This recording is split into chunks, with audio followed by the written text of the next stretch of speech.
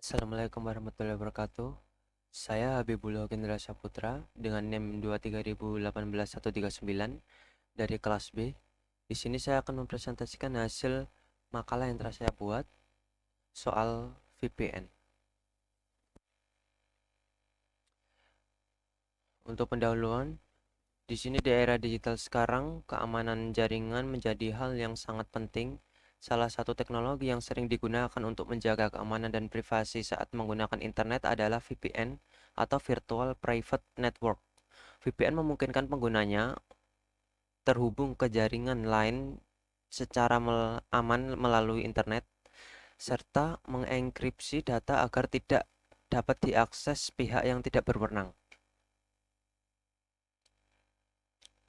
Lalu untuk pembahasan, fungsi utama dari VPN adalah menyediakan koneksi jaringan yang aman dan terenkripsi antara pengguna dengan jaringan tujuan. Dengan menggunakan VPN, semua data yang dikirim dan diterima akan dilindungi, termasuk informasi penting seperti password dan aktivitas online. Ini sangat berguna terutama saat kita terhubung ke jaringan publik seperti WiFi di tempat umum. Selain itu, VPN juga dapat mengakses situs yang diblokir dan menyembunyikan alamat IP asli kita, sehingga identitas kita tetap terlindungi dan tidak mudah dilacak. Di dalam VPN terdapat juga protokol VPN. Protokol VPN adalah aturan atau metode yang digunakan untuk membentuk dan mengamankan koneksi antara perangkat, misalnya HP atau laptop, dengan server VPN. Simpelnya protokol ini yang menentukan bagaimana data yang kita dikirim, dienkripsi, dan diterima selama menggunakan VPN. Berikut adalah beberapa contoh protokol VPN. Yang pertama ada PPTP atau Point to Point Tunneling Protocol. Protokol yang dikembangkan oleh Microsoft pada tahun 1990-an memiliki kecepatan yang cepat karena tingkat enkripsinya yang rendah.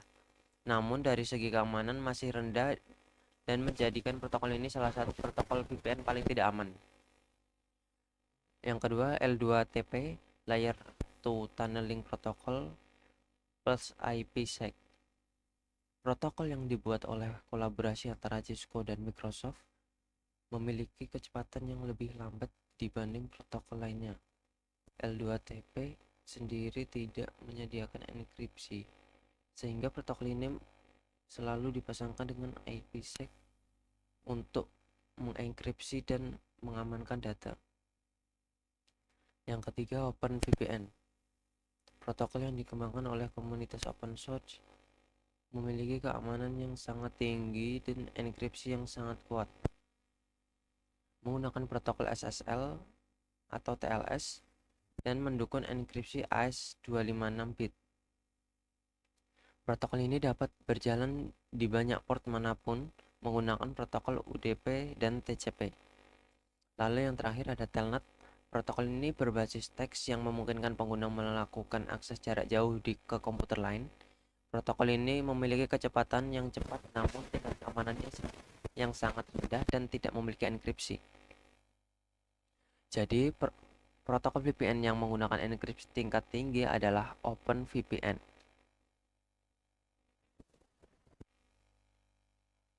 Terdapat pilihan berikut. Yang pertama, akses konten terbatas geografis. Yang kedua, perlindungan data pada jaringan publik. Yang ketiga, pengurangan bandwidth jaringan. Yang keempat, penyembunyian alamat IP. Yang kelima, VPN dapat membantu mengakses jaringan lokal perusahaan secara aman dan dari lokasi remote. Yang keenam, menggunakan VPN akan menghilangkan resiko serangan phishing sepenuhnya. Pilihan di atas adalah keuntungan menggunakan VPN, namun ada satu pilihan yang bukan merupakan keuntungan dari penggunaan VPN. Pilihan nomor 3 bukan keuntungan dari VPN. Penggunaan VPN tidak mengurangi bandwidth, justru dapat menurunkan kecepatan internet karena proses enkripsi dan rute data melalui server VPN yang jaraknya bisa jauh. Lalu ada lagi nomor 6.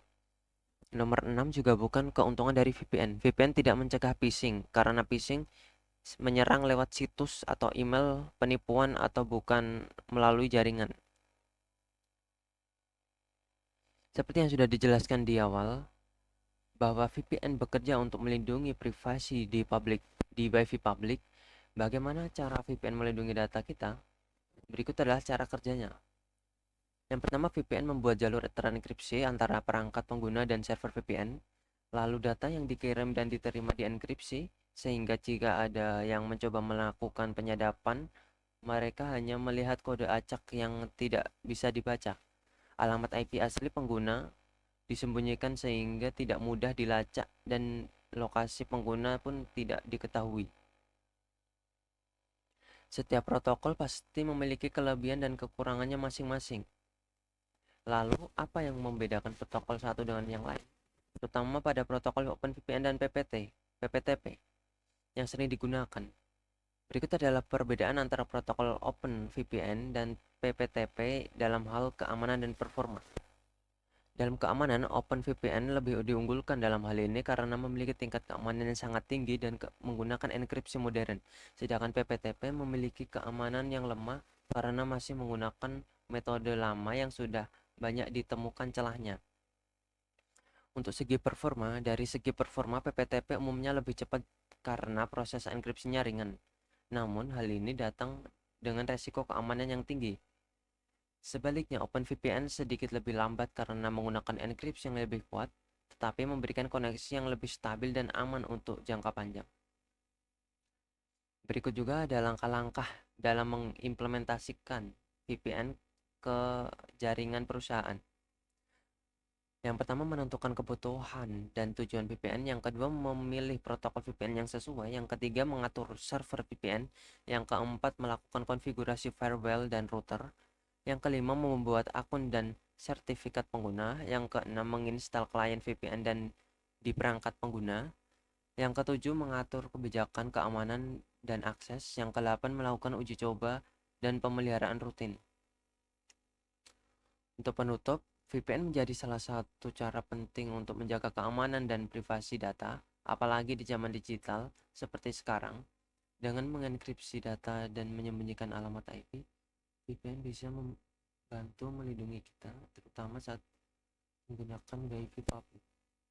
Namun penting juga untuk diingat bahwa VPN bukanlah alat yang sempurna. Ancaman seperti phishing tetap saja bisa terjadi, jadi kita harus tetap waspada.